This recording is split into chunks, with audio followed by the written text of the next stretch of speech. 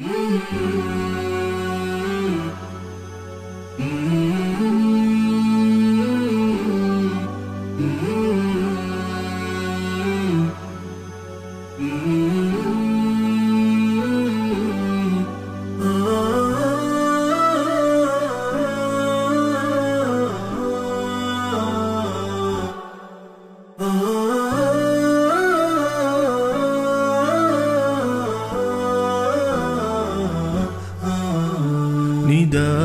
الحق صوت قد شجاني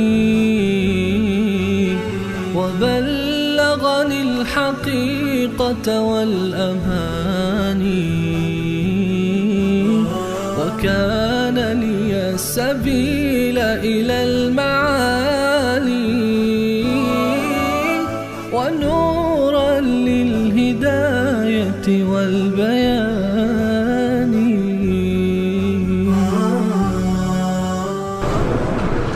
أعوذ بالله من الشيطان الرجيم. بسم الله الرحمن الرحیم. میرسیم به سوره قیامت. تا اینجا از سوره تبارک الذی، از سوره ملک تا اینجا بحث توحید بود که الله عزوجل در آیات مختلفی، در سوره های مختلفی، در بعضی ها دلایل بیان فرمود، در بعضی ها الله وعید و تهدید بیان فرمود، در بعضی سوره ها زجر و توبیخ بیان فرمود، در دو سوره آخری فرمود قرآن را بخوانید. از سوره قیامت تا سوره و طارق، تا سوره طارق بیش از 20 تا سوره هستند. در این سوره ها بحث قیامت است. ما باید هم به مبدأ ایمان داشته باشیم، هم به معاد، هم به توحید، هم به قیامت. لذا الله عزوجل در همه این سوره ها قیامت را و در رابطه با قیامت با تعبیرهای مختلفی یادآوری می‌فرماید و این سوره ها را انتخاب کردیم امسال در این ساعت بعد از ظهر که بلکه تصور قیامت، فکر قیامت با اون تعبیرهایی که الله بیان فرموده در ذهن ما جای بگیرد و همیشه قیامت را استحضار داشته باشیم. انسانی که همیشه قیامت تو ذهنش باشه، تو قلبش باشه، اون انسان گناه نمیکنه.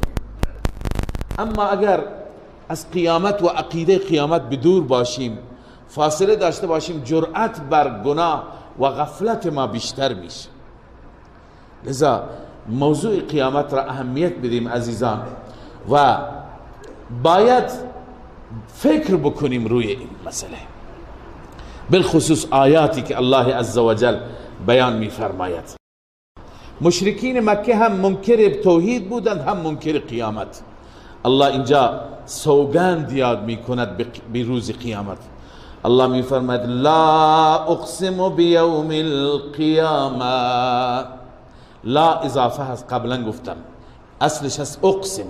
سوگند یاد میکنم، قسم میخورم به روز قیامت، یعنی قیامت را شاهد میگیرم.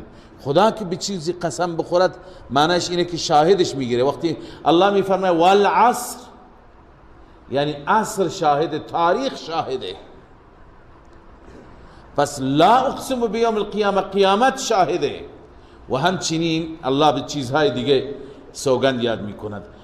ولا اقسم بالنفس اللوامه، و من سوگند یاد میکنم به اون نفسی که لوامه هست.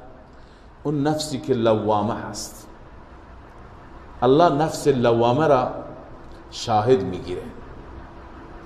نفس انسانی اینطوری که علما تقسیم کردن بر 3 قسمه. یکی نفس اماره، یکی نفس مطمئنه و یکی نفس لوامه.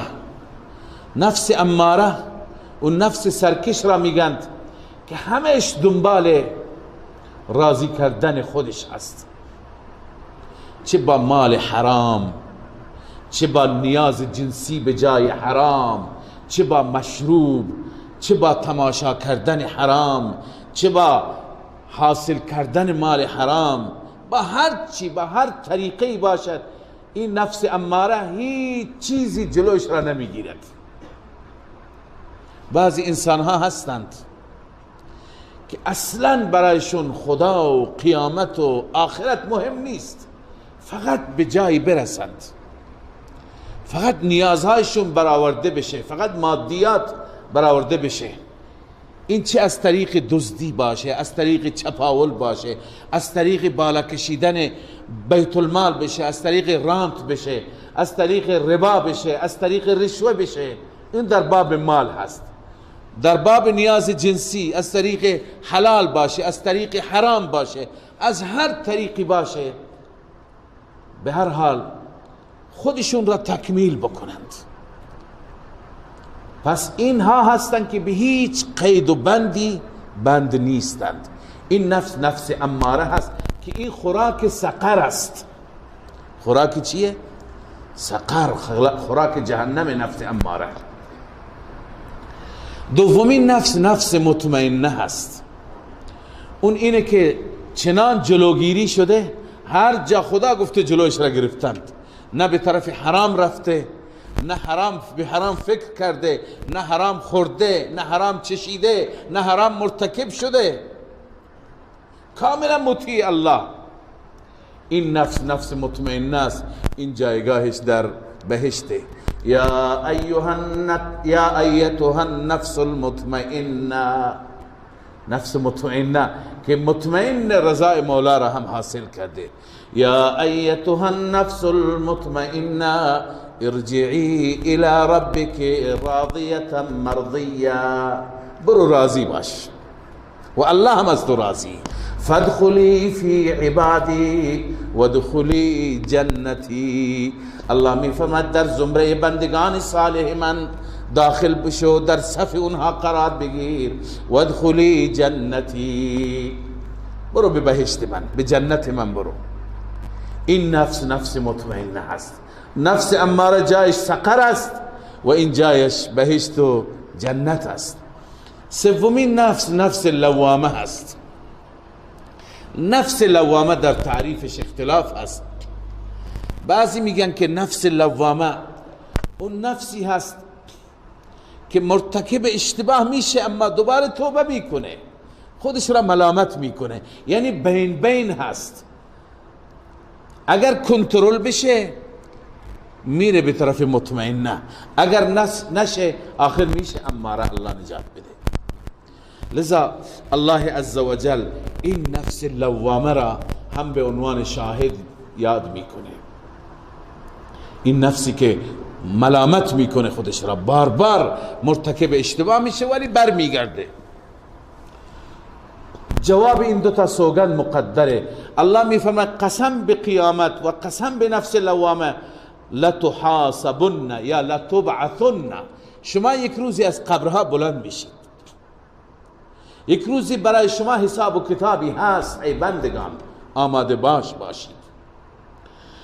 ایحسب الانسان ان لن نجمع عظامه، آیا انسان فکر میکند که ما هرگز جمع نمی کنیم استخوانهایش را؟ چرا ما جمع نمی کنیم؟ بلا، چرا نه، ما جمع میکنیم، بلکه ما قادر هستیم. بلا قادرین علی ان نسوی بنانا، الله می فرماید ما قادریم که بندهای دستش را هم مساوی و برابر درست کنیم. این کار ظریفی هست، بند را درست کردن. الله می فرماید جمع کردن استخوانها به جای خود، ما بند را دوباره برابر میکنیم.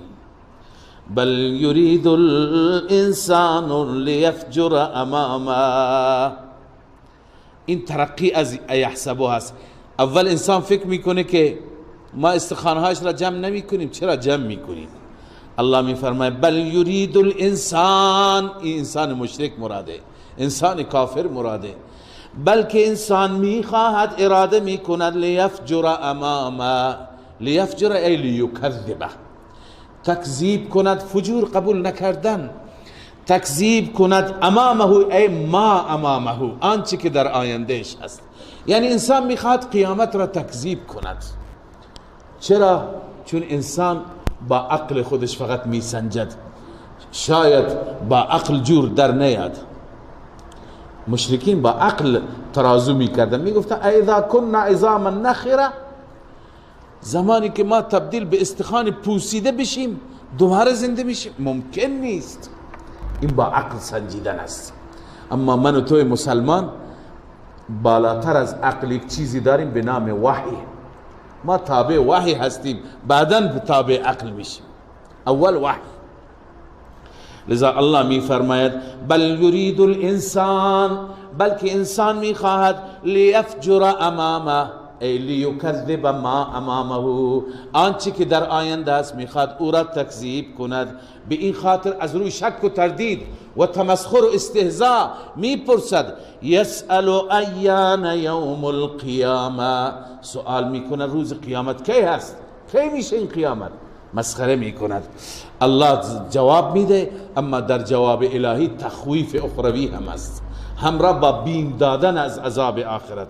الله می فرماید فاذا برق البصر، قیامت زمانی می آید که چشم برق می زند، ناگهان همه چیز را می بیند. و خسف القمر، زمانی که ماه بی نور میشه و میفته.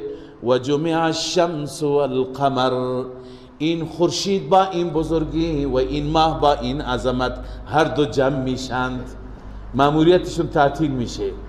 خورشید بی نور میشه، خورشید متفرق میشه، گازهایش و نورهایش تکه تکه میشه. اذا الشمس کورت،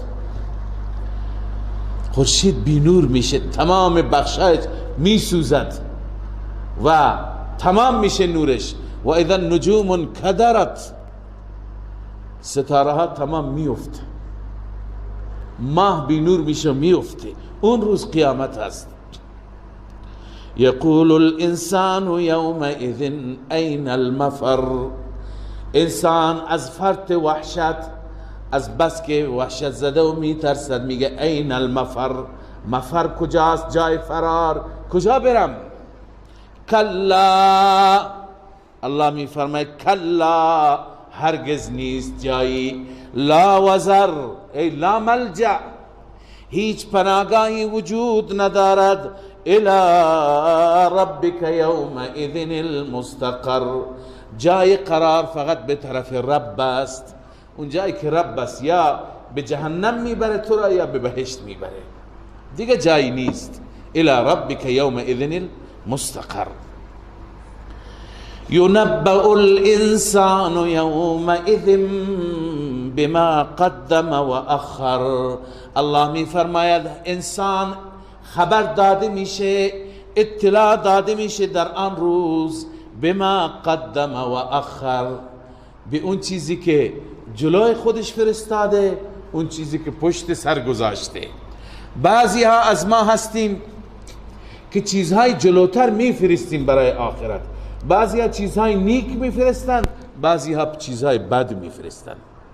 یکی مثلا یه مرکز دینی درست میکنه، یه مرکز اصلاح درست میکنه، این قبل از خودش میفرسته، بعدن که بمیره تا زمانی که این مرکز هست هم پشت سر خودش چیزی خوبی گذاشته که همهش برایش از اونجا ثواب میاد، اجر میاد.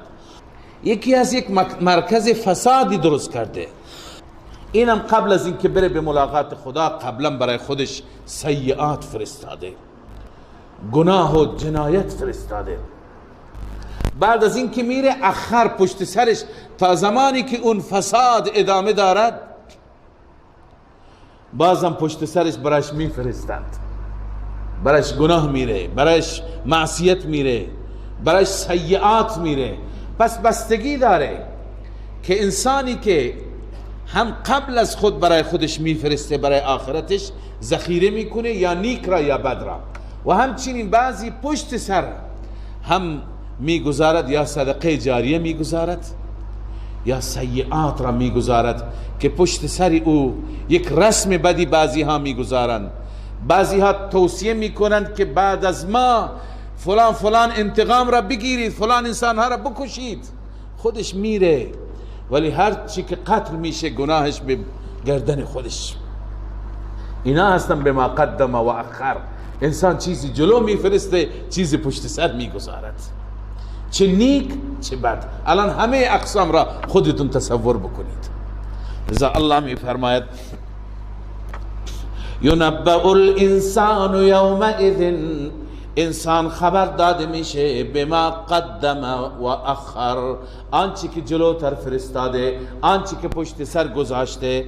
بل الانسان علی نفسه بصیرا ولو القا معاذیرا. الله میفرماید بلکه انسان خودش بر نفسش بیناست، خوب میدانه چه کار کرده، خوب میدونه در دنیا چه گناهی، چه جنایتی، چه اشتباهاتی مرتکب شده. ولو القا معاذیرا، گرچه این انسان بهانه ها می آورد، معذرت خواهی ها می آورد، اما خودش میدوند که من چه کار کردم. بهانه میدونه، بهانه پوچه، بهانه غیر موجه است، عذر غیر موجه است. لا تحرک به لسانک لتعجل به.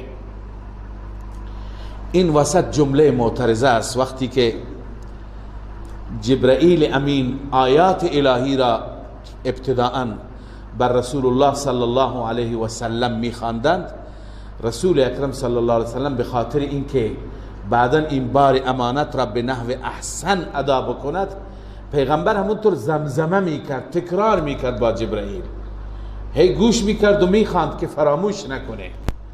الله عزوجل در وسط کلام به حبیبش فرمود شما زبانتون را تکان ندهید، شما کلام را گوش کنید، بعدا اینکه این را تمام این کلام را در قلبت ما جای بدیم و بر زبانت جاری بکنیم، کار ماست، نگران نباش، فراموش نمیشه، در اختیار الله هستی. لذا الله فرمود لا تحرک به لسانک، به این کلام زبانت را حرکت نده، لتعجل به، تا که عجله بکنی و زود چیزی را حفظ کنی. نه، ان علینا جمعه و قرآن، همانا بر ماست جمع آن در سینه شما، و قرآنه، و خواندن آن بر زبان شما. در سینهت جمعش میکنیم و بر زبانت جاریش میکنیم. فاذا قرأناه، زمانی که ما خواندیم بر تو به وسیله فرشتهمون، فاتبع قرآنه، بعداً دنبال کن خواندن آن را، بعداً بخوان.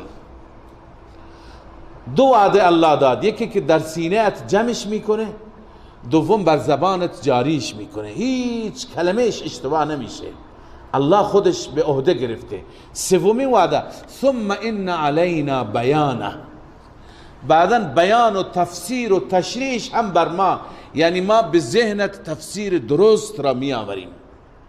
و انزلنا الیک الذکر لتبین للناس ما نزل الیهم. ای پیامبر این قرآن را ما نازل کردیم تا تو مفسرش بشی، تو بیان کنی برای مردم که مقصد خدا چیه، هدف خدا چیه. پس پیامبر عظیم الشأن مبین هست، مفسر هست، بیان کننده هست. کلا، و این بیان هم از سوی الله به پیامبر داده میشه. کلا بل تحبون العاجله. خب این وسط جمله معترضه بود. قبل از اون چی بود؟ بحث قیامت. بحث قیامت الله فرمود که شما انسان ها هر یکی میدونید اونجا چه کردید، بهانه میارید ولی حقیقت را میدونید. لذا الله عزوجل به انسان اینجا یادآوری میکنه چه چیزی باعث شده که انسان قیامت را انکار کند. دنیا عاجله یعنی دنیا. الله میفرماید کلا بل تحبون العاجله و تذرون الاخره. حق این است که شما انسان ها دوست دارید عاجله را. عاجله یعنی همین دنیا، نقد. عاجله به معنی نقدی، چون این دنیا نقدی است، منافعش، اثراتش، ثمراتش، میوهش، خوراکیش و همه مادیاتش نقدیه، به دست ما هست. شما این نقد را محکم گرفتید به اون نسیه، اونی که عاجله هست، اونی که وقتش مشخصه، به اون زیاد توجه ندارید. کلا بل تحبون العاجله، بلکه شما دوست می‌دارید این عاجله را، این که نقد هست. و تذرون الاخره، و شما آخرت را میگذارید، کنار میگذارید، اما به آخرت بچسبید که این عاجله زود گذر است، این زود تمام میشه، اون دائم و همیشگی هست. الله عزوجل دو گروه را ذکر میکنه از قیامت. وجوه یومئذ ناظرة الى ربها ناظرة، چهره هایی هستند، این بشارت مجده، چهره هایی هستند در آن روز تر و تازه، ناظره، تر و تازه، درخشان، الى ربها ناظره، به سوی ربشان تماشاچی هستند، نظارگر هستند، نگاه میکنند، رب را دیدار میکنند. یه اختلافی هست بین بعضی از افراد و گروه هایی که در قدیم بودند، مثل معتزله و خوارج و روافض. اونها معتقدند که انسان در روز قیامت خدا را نمی بیند. ما اهل سنت معتقدیم در دنیا درسته، لا تدرک الابصار، در دنیا دیدن خداوند ممکن نیست. موسی علیه السلام هم نتونست ببینه، اما در آخرت ما ربمون را انشاءالله میبینیم. یکی از دلایل همین آیه هست. الله میفرماید چهره های در روز قیامت تر و تازه اند، الی ربها ناظره، این چهره ها به ربشون نگاه میکنند، دیدار ربشون را حاصل میکنند. در حدیث شریف می آید رسول الله صلی الله علیه وسلم فرمود که سترون ربکم کما ترون القمر لیلة البدر، شما ای مسلمانان اهل بهشت ربتون را می بینید همان طوری که در شب 14 ماه را چطور می بینید. مزاحم هم دیگر نیستید. نه، ما اگر بخوایم یک نفر را، این جمعیت یک نفر را ملاقات بکنیم، مزاحم هم دیگه هستیم، این اون را حول میده که من ببینم، اون حول میده. اما شب 14 ما را همه میخوایم ببینیم، 100 برابر و 1000 برابر، این هم هیچ که مزاحم دیگری نیست، راحت ما را نگاه میکنه. لذا رسول الله فرمود شما هم دیگر را اونجا اذیت نمی کنید، مزاحمت نمی کنید، حول نمی دهید، همه به راحت ربتون را نگاه میکنید. در حدیث هم ما داریم. در تفسیر اون آیه للذین احسنوا الحسنى و زیاده، کسانی که واقعا مخلص باشند برای اونها بهشت است و زیادت از بهشت، اضافه از بهشت. اضافه از بهشت چیه؟ دیدار الهی اونجا تفسیر کردیم. در بعضی روایت ها می آید که وقتی که الله عزوجل به بهشتی ها همه نعمت ها را میده، تکمیل میکنه، الله باغات بهشون میده، ساختمان میده، نهرها میده، میوه ها میده، خوراکی ها میده، گوشت و کباب میده، حور عین میده، همه چیزشون تکمیل. بعد الله میفرماید چیزی دیگه مونده؟ میگن ای رب همه چیز تکمیل شد، دیگه هیچی نمونده. الله میفرماید نه، یک چیز مانده. الله عزوجل بعدا دیدار خودش را نصیب میکند، پرده را اونطوری که یلیق بشأنه، لایق ذات باری تعالی است، بر میدارد. بهشتی ها الله را نگاه میکنند، همه در شگفت میمانند، تعجب میکنند، سبحان الله چه لذتی دارد دیدار رب. بعدا میخواند که هیچ نعمت دیگه نباشه، همین یکی فقط باشه، از بس که احساس لذت و خوشی میکنند. الله میفرماید نه، هفته یک بار دیدار نصیب میشه. لذا این عقیده ما هست که ما انشاءالله ربمون را در بهشت میبینیم. اینم دلیلش. الله میفرماید وجوه یومئذ ناظره، چهره های در آن روز تر و تازه هستند، الی ربها ناظره، به سوی ربشان تماشاچی هستند، نگاه میکنند رب را، تماشا میکنند و لذت میبرند. و وجوه اون چهره چهره مؤمنین هستند، این چهره چهره کافرین هستند. و وجوه یومئذ باسره، چهره های دیگه هستند در آن روز باسره، در هم پیچیده، در هم گرفته، چهره هایی که عبوس گرفته است، پریشان مصیبت زده است.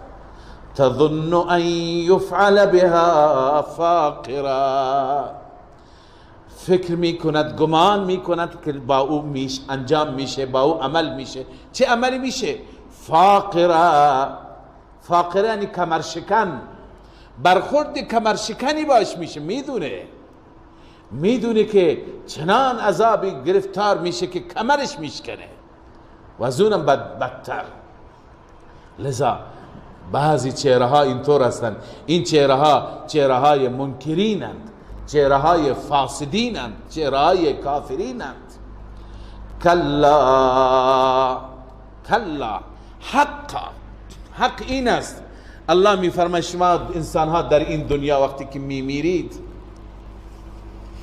میبینید عجز خودتون را، چقدر عاجزید. کلا اذا بلغت التراقی، وقتی که نفس میرسد به ترقوه میگویند این اقصای حلق را، این جایی که نفس انسان گیر میکنه ما بهش میگیم خرخره. وقتی که نفس به خرخره میرسه شما اونجا همه دوربر اون مریض هستید. و قیل من راق، گفته میشه کی هست که دم بکنه؟ راق کسی که رقیه میده، تعویذ میده، دعانویس، دم کننده. اونجا همه میگن ملا بیاری که دمش بکنه خوب بشه. و قیل من راق، گفته میشه کی هست راق؟ یعنی دعاخان، دعانویس کی هست؟ تعویذ نویس کی هست؟ و ظن انه الفراق، اما خود اون محتضر، اون مریض یقین میکند که الان وقت فراق است، وقت جدایی از دنیا است، باید برم. والتفت الساق بالساق، الله میفرماید ساقش با ساقش متصل میشه، یعنی پاهاش جفت میشه، دیگه تمامه. الى ربک یومئذ المساق، به سوی ربت در آن روز سوق است، رفتن است، دیگه سفر به سوی رب. الله میفرماید این گونه سفر شما فرا میرسد. این اول قیامت است که شما میرید اونجا بعد انسان، الله اینجا زجر بیان میفرمه برای اون انسانی که هم عقیدهش مشکل داره هم عملش مشکل داره، نه ایمان داره و نه عمل خوب داره. فلا صدق ولا صلا، این انسان تصدیق نکرد دین حق را، جرم اول یعنی بد عقیده، بد اعتقادی. ولا صلا، جرم دوم یعنی بد عملی. این دو چیز خطرناک. انسان اعتقاد، ایمان، باورش مشکل داشته باشه و دوم عملش مشکل داشته، این دو چیز را الله عزوجل هر جا رمز موفقیت فرموده. ان الذين آمنوا وعملوا الصالحات، کسانی که ایمان بیاورن یعنی عقیده درستی باید داشته باشن، و تنها اینم کافی نیست، و عملوا الصالحات، عمل صالح هم داشته باشند. کانت لهم جنات الفردوس، یا وعده های دیگه اینجا یه جای الله جنات الفردوس وعده فرموده. لذا این انسان که اینجا ذکرش آمده و خداوند او را توبیخ و سرزنش میکند، این انسانی که اون دوتا را نداشته، نه اعتقاد خوبی داره. بعض میگن درباره ابو جهل است، ولی خب ما آیات را کمتر شأن نزول بیان میکنیم تا بفهمیم که هر زمان اینها هستند امروز انسان هایی که اعتقادی به خدا ندارن، به آخرت ندارن، 50 سال 60 سال یک بار رو به قبله نشده و اعتقاد نداره، باور نداره. و الا اگر اعتقاد و ایمان داشت میترسید، ربش را سجده میکرد.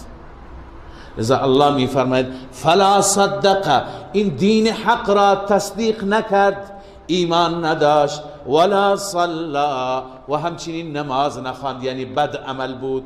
ولكن کذب، اما تکذیب کرد در مقابل صدقه. و تولا، بجای صلا تولا، پشت داد به مسجد، پشت داد به ندای مؤذن. لذا الله می فرماید ثم ذهب الى اهله یتمطا. هم عقیدهش خرابه، هم عملش خرابه، هم اخلاقش خرابه. کسی که اخلاقش خراب باشه تکبر می کند. تکبر از نوع بد اخلاقی است. لذا الله می فرماید ثم ذهب الى اهله یتمطا. سپس همین انسان بدبخت نه ایمانی داره نه عملی داره، میره به سوی اهلش. یتمطا سینهش برآمده است، یعنی با غرور و با تکبر راه میره. تمتی میگه کسی که گردنش را بلند میکنه، خودش را عرض کنم که گردن فراز نشون میده، من کسی هستم.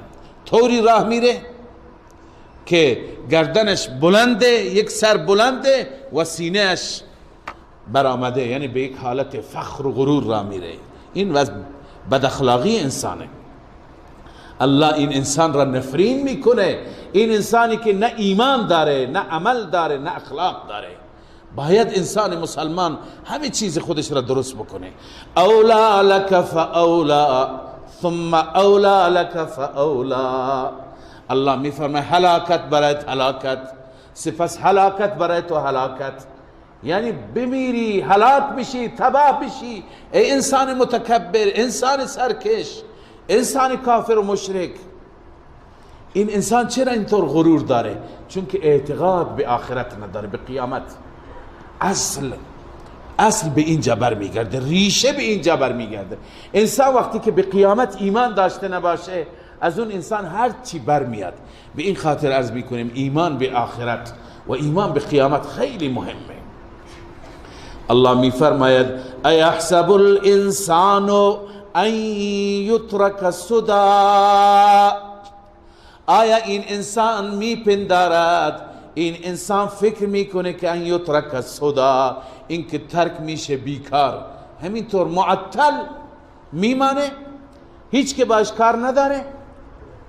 نه، این انسان باید جوابگو باشد، پاسخگو باشد.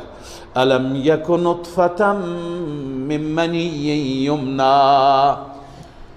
انسان هر چیزی را با عقلش میسنجد. اینجا الله تعالی یک دلیل عقلی بیان میکنه. انسان میگه چطور یک انسان مرده دوباره زنده میشه، یک بیجان چطور دوباره جاندار میشه؟ الله میفرماید مگه ابتدا یک بیجان نبودی؟ یک قطره نطفه نبوده؟ نطفه مگه حیات داشت؟ یک قطره افتاده، چطور از یک بیجان جاندار پیدا شد؟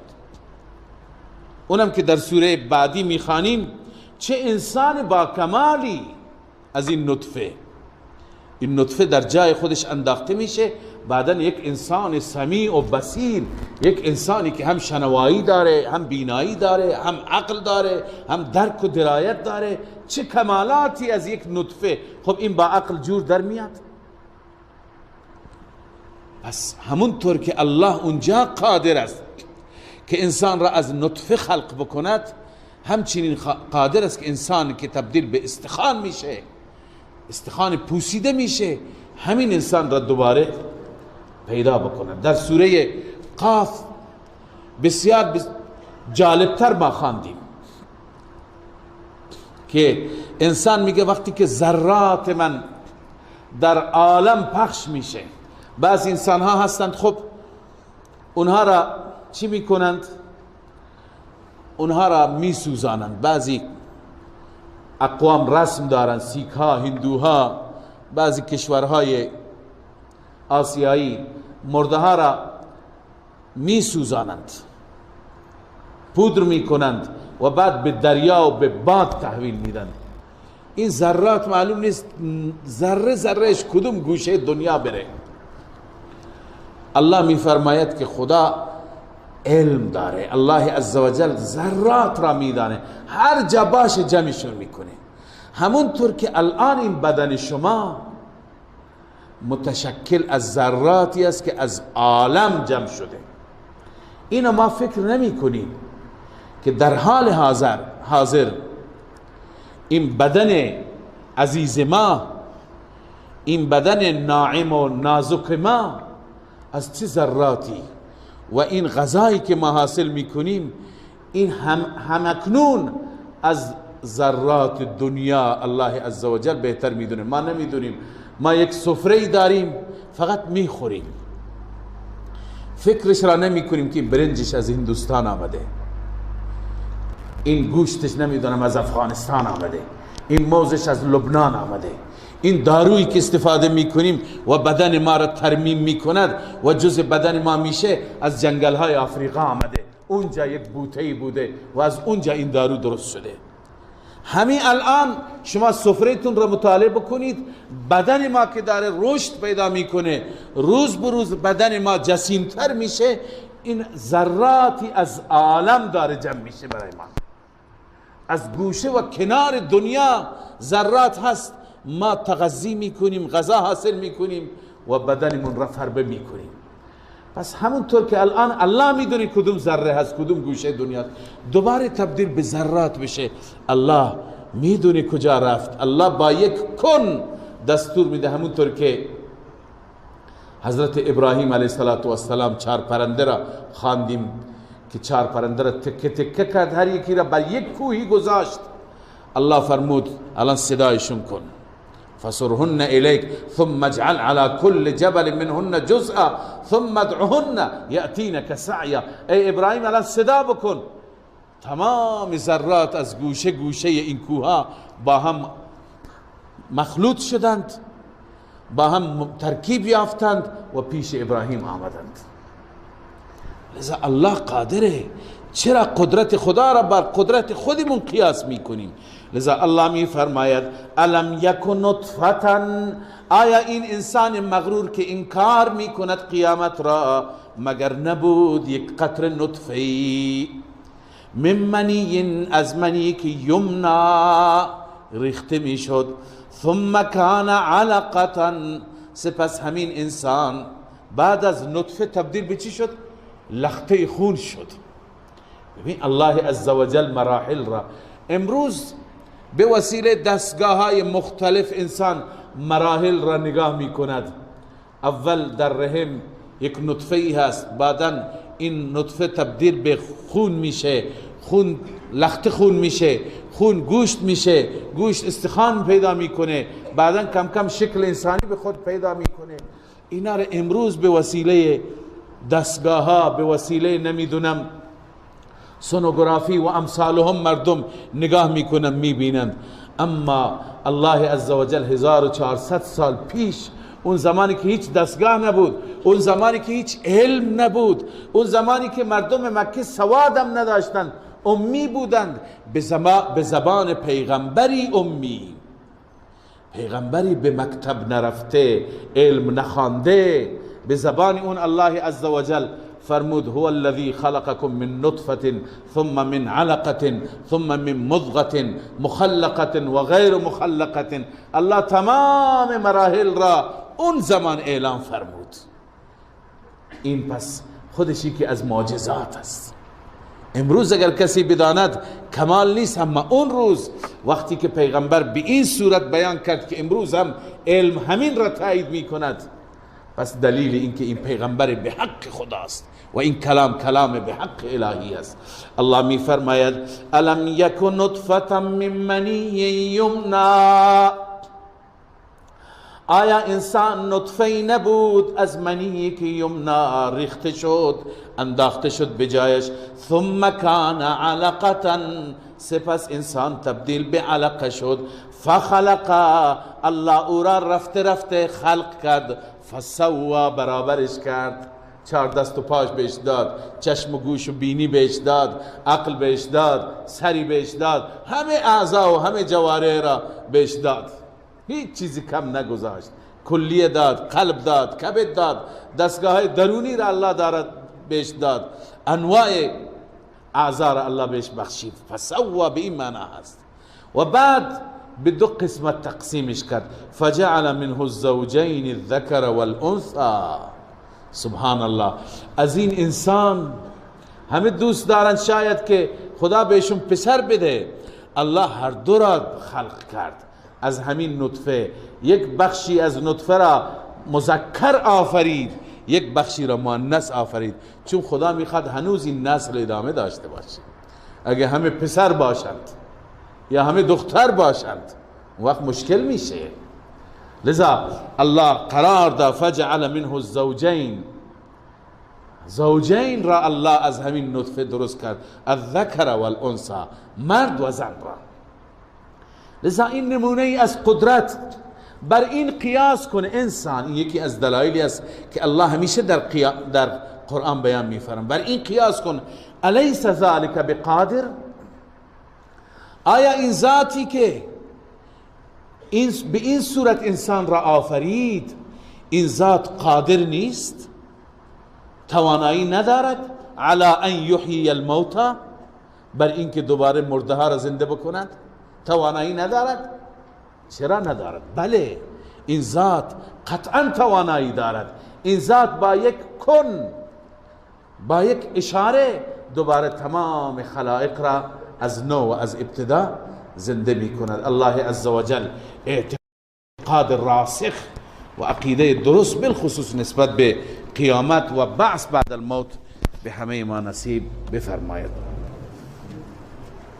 الحمد لله رب العالمين والعاقبة للمتقين والصلاة والسلام على سيدنا وحبيبنا ومولانا محمد وعلى آله وصحبه أجمعين.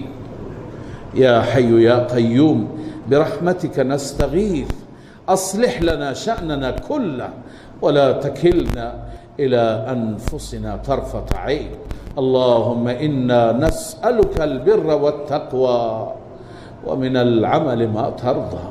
اله العالمین، پروردگارا اون ایمانی که مطلوب تو هست و مورد رضای تو هست نسبت به توحید و نسبت به رسالت و نسبت به قیامت نصیب ما بفرما، و اون عملی و اون اعمالی که تو راضی میشی و تو انتظار داری از بندگانت، اون اعمال را نصیب ما بگردان و ما را صاحبان توفیق برای اون اعمال بگردان. پروردگارا اخلاقی که تو از ما میخواهی و در کلامت از تعریف کردی از اون اخلاق، ما را متصف به اون اخلاق بگردان. مولا این آیات را که میخوانیم توفیق عمل به این آیات عنایت بفرما. عقیده آخرت را، عقیده معاد را و عقیده بعث بعد الموت را در ریشه های دل ما جای بده. پروردگارا در روز قیامت ما را از اصحاب یمین بگردان، ما را از اونهایی بگردان که با دیدار ربشون لذت میبرند. ما را دیدار خودت را نصیب ما بگردان، رضای خودت را نصیب ما بگردان. مولا از ما راضی باش، از ما خوشنود باش، به اعمال ما و به غفلتهای ما نگاه نکن.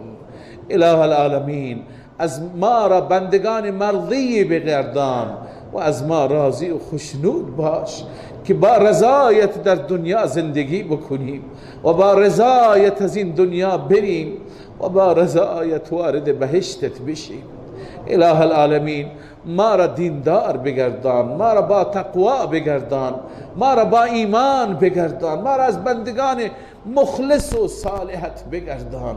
اله العالمین، پروردگار از گناه، از معصیت، از بدعت، از خرافات، از هر آنچه که تو را ناراضی می کند ما را توفیق اجتناب و دوری عنایت بفرما.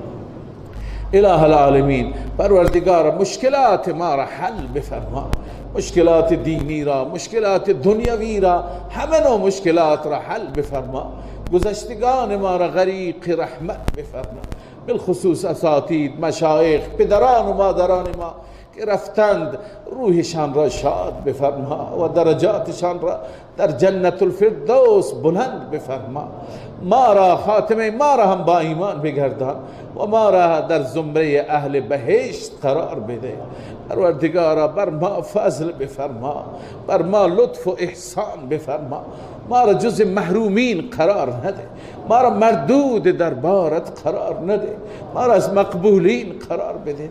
اله العالمین، مقبولیت نصیب بفرما و شرایط و صفات مقبولین را در ما پیدا بفرما. اله العالمین طاعت و بندگی های شکسته ما را قبول بفرما و ما را بیشتر توفیق بده، از اهل توفیق بون بگردان. پروردگارا رب خاتمه همه ما را با ایمان بگردان و آخرت ما را آباد بگردان. تمام عزیزانی که تقاضای دعا کردن، برادران، خواهران، برای هر مقصدی، برای هر حاجتی، مولا حاجاتشون را برآورده بفرما، دعاها را قبول بفرما، فریادهای دل را بشنو و اجابت بفرما. ربنا تقبل منا انك انت السميع العليم وتب علينا انك انت التواب الرحيم. آمين برحمتك.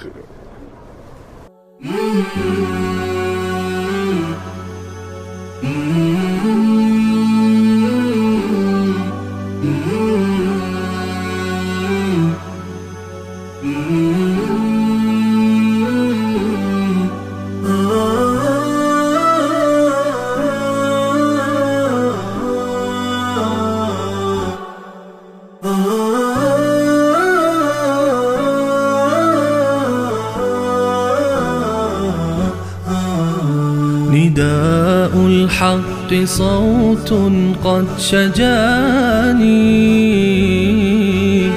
وبلغني الحقيقة والأماني، وكان لي السبيل إلى المعالي ونورا للهداية والبيان.